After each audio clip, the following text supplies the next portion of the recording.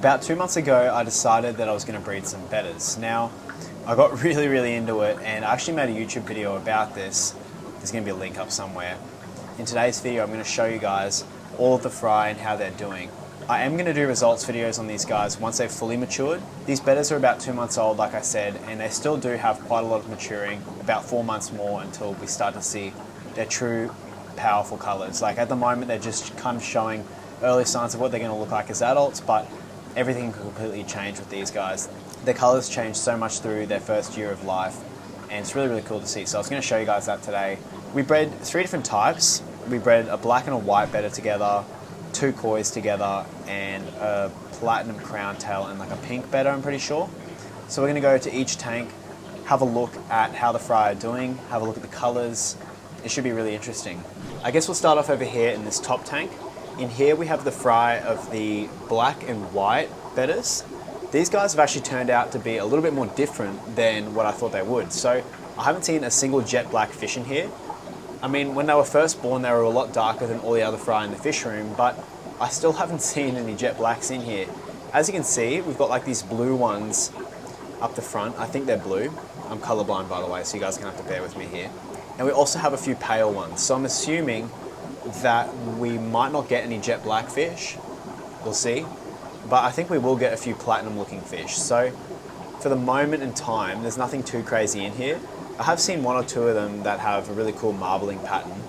But besides from that, everyone kind of looks the same. There's a few, obviously, lighter ones in here, so you can see one there that I'm pointing to.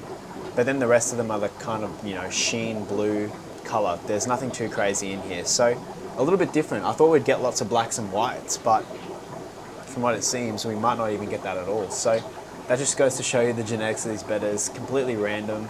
You never know what you're gonna get. I'm actually gonna go ahead and give these guys a feed. I've just been feeding these guys flakes and they've been loving it. So we'll see what they think about this. The big fatties come up and always have a big bite. There we go. These bettas don't really like attack the food as much as other fish. So like my rams, when I feed them, it's like mayhem, and especially also like the Danio fry I have at the moment. But these guys kind of take it a little bit more easy. They just, you know, slowly get to the food. And something I have noticed is there are runts in lots of these batches. This batch doesn't have too many in there, but my koi batch has a lot of runts. I don't know what this is due to. I think it could be genetic, like some of them just grow a little bit slower. It is a little bit frustrating because you have really small bettas and then some bettas that just get huge because they get to all the food first. These are the jet black crossed with a white betta offspring, and yeah. I'm a little bit frustrated here. My audio just cut out on me recording the last clip, but anyways, we're over here now at the koi tank. I've already given these guys a feed, so we're watching them eat right now. So in here I have the offspring of a koi cross koi pair, and you can see in here that there's a lot more variety than the last tank. In the last tank we had 2 different color morphs basically. In here we have like 4. So we've got like pale ones that are probably going to eventually turn into kois, and then we've got these like blue, black kind of looking ones, and then like a grayer kind of looking one. So when you breed kois, you don't get 100% koi, you get like a whole range of different fish, and you only get like 20% koi. That's just in my experience. I know that there's going to be heaps of better people on here that know a lot more than me about betta genetics that are going to tell me that I'm the dumbest person alive, and go ahead. I'm just doing this for a bit of fun. But in here, you can see that there's lots of runts. So I think this is a genetic issue. I don't think this is something that I've done. There are lots and lots of little bettas. There's really big ones and there's really little ones. I'm not too sure what's gonna happen with the really little ones, whether they're gonna get eaten by their siblings or whether I'm gonna have to cull them. I really hope that I don't have to do that, but that could always be an option, and I'm gonna try and do everything I can to avoid doing that. But you know, these little ones here, they're just not gonna have a good quality of life. They've put on no size in the last few months, and yeah, it's a little bit frustrating. But down here you can see that there are a big variety of different colors. You can definitely see those little ones on screen there though. I really don't think I did anything to cause that. So these pale ones you see, they normally turn into kois. They take quite a long time to actually get their colors, about 6 months, even longer sometimes. They should turn into kois, and we're gonna see over the next few months that color transition.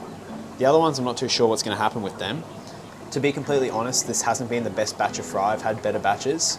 Not that I've done anything wrong with them, but Genetically, I think these guys just aren't the strongest, and I wouldn't breed these guys again. Other than that, we're probably going to end up with 50 or 60 really, really good looking bettas, and then the rest we can give away. So yeah, these are the koi bettas. Okay, so this tank here is probably the coolest tank of bettas I've ever seen.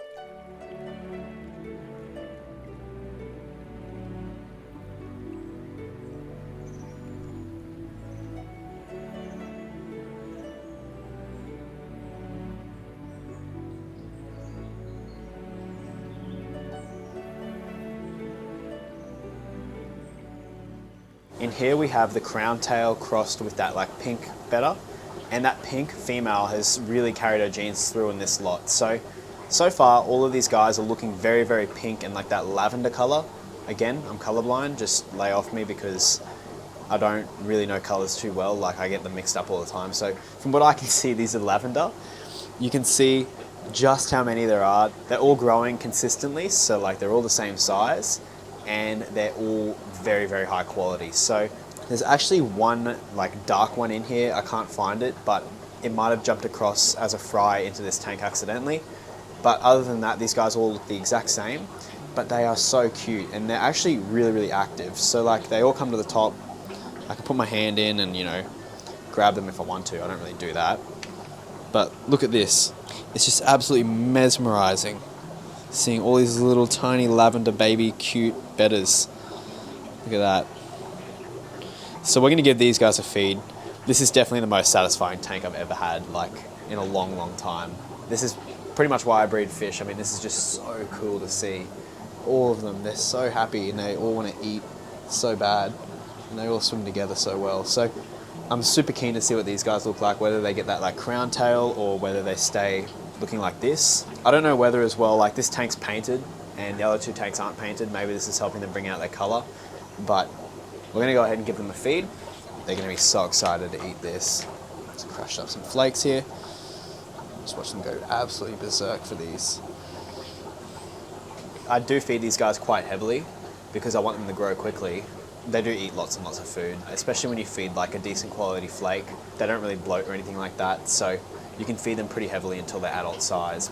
Definitely the coolest bettas that I've got at the moment are these guys, and I can't wait to start seeing what they look like when they're adults. It's going to be very hard to let go of them, but there are so many, so I'm going to have to do something with them. They just look so good. Like, it might just be my color blindness, but they're so cute. They've got the beady little frog eyes, and yeah, it's the coolest tank. I'm feeding these guys about twice a day at this point, so once in the morning and once at night. Yeah, they're all doing fantastic. So that's how the bettas are going. Everyone's doing great, and I can't wait to show you guys what they look like when they become adults. So thank you so much for watching this quick update. I hope you guys enjoyed it, and I'll see you in the next one.